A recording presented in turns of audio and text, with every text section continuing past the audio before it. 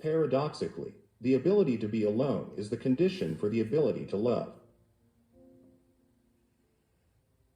Man does not suffer so much from poverty today as he suffers from the fact that he has become a cog in a large machine, an automaton, that his life has become empty and lost its meaning. Creativity requires the courage to let go of certainties. Ethical principles stand above the existence of the nation, and that by adhering to these principles an individual belongs to the community of all those who share, who have shared, and who will share this belief. That millions of people share the same forms of mental pathology does not make these people sane. The paradoxical situation with a vast number of people today is that they are half asleep when awake, and half awake when asleep, or when they want to sleep. If a person loves only one other person and is indifferent to all others, his love is not love but a symbiotic attachment, or an enlarged egotism.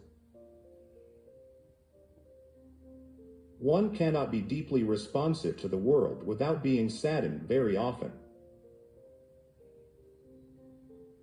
Selfish persons are incapable of loving others, but they are not capable of loving themselves either. Man is the only animal for whom his own existence is a problem which he has to solve. Indeed, freedom and the capacity for disobedience are inseparable, hence any social, political, and religious system which proclaims freedom, yet stamps out disobedience, cannot speak the truth. Love is the only sane and satisfactory answer to the problem of human existence.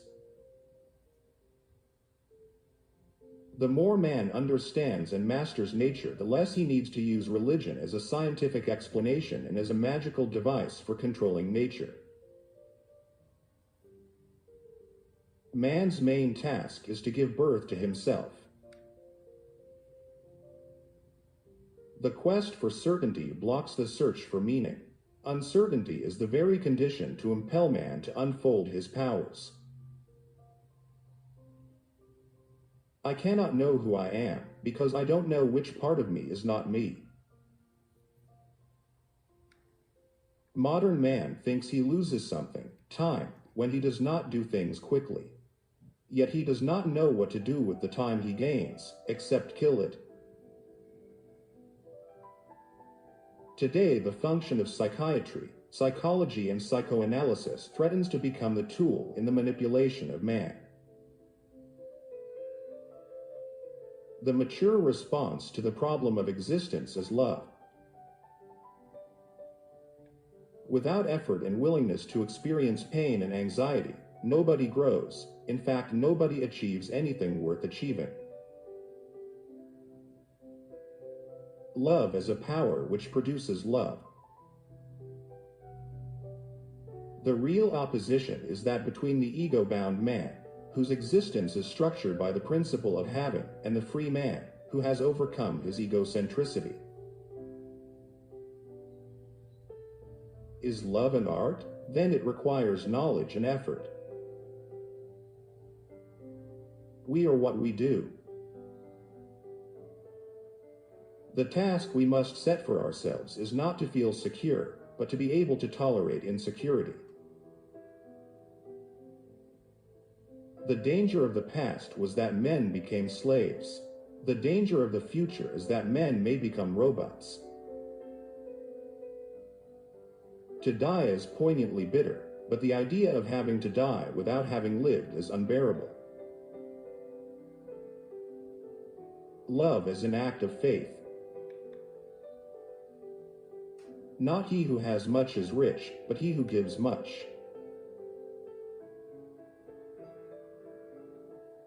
If one is not productive in other spheres, one is not productive in the love either.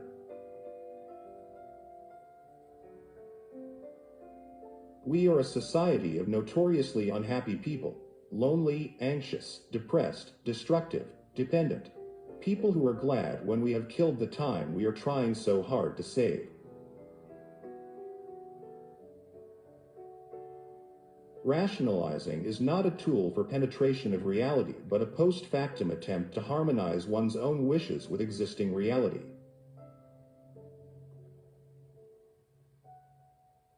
The whole life of the individual is nothing but the process of giving birth to himself. Indeed, we should be fully born when we die, although it is the tragic fate of most individuals to die before they are born.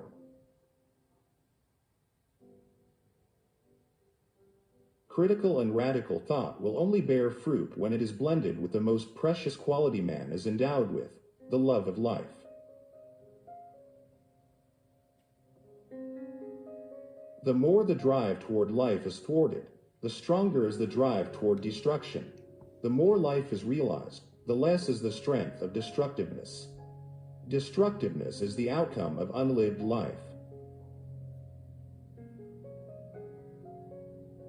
Thus, the ultimate choice for a man, inasmuch as he is driven to transcend himself, is to create or to destroy, to love or to hate. Who will tell whether one happy moment of love or the joy of breathing or walking on a bright morning and smelling the fresh air is not worth all the suffering and effort which life implies?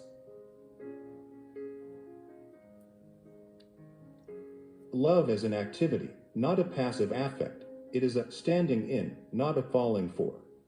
In the most general way, the active character of love can be described by stating that love is primarily giving, not receiving.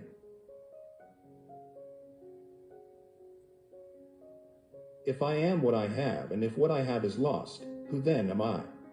Nobody but a defeated, deflated, pathetic testimony to a wrong way of living.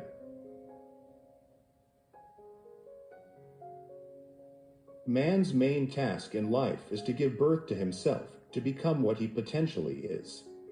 The most important product of his effort is his own personality. In love, the paradox occurs that two beings become one and yet remain two. Reason flows from the blending of rational thought and feeling. If the two functions are torn apart, thinking deteriorates into schizoid intellectual activity and feeling deteriorates into neurotic life-damaging passions. There is nothing inhuman, evil, or irrational which does not give some comfort, provided it is shared by a group. There is no meaning to life except the meaning man gives his life by the unfolding of his powers. You don't have friends because you're not interested in people. To be loved because of one's merit, because one deserves it, always leaves doubt. Maybe I did not please the person whom I want to love me. Maybe this or that. There is always a fear that love could disappear. To spare oneself from grief at all cost can be achieved only at the price of total detachment, which excludes the ability to experience happiness. The only truly affluent are those who do not want more than they have.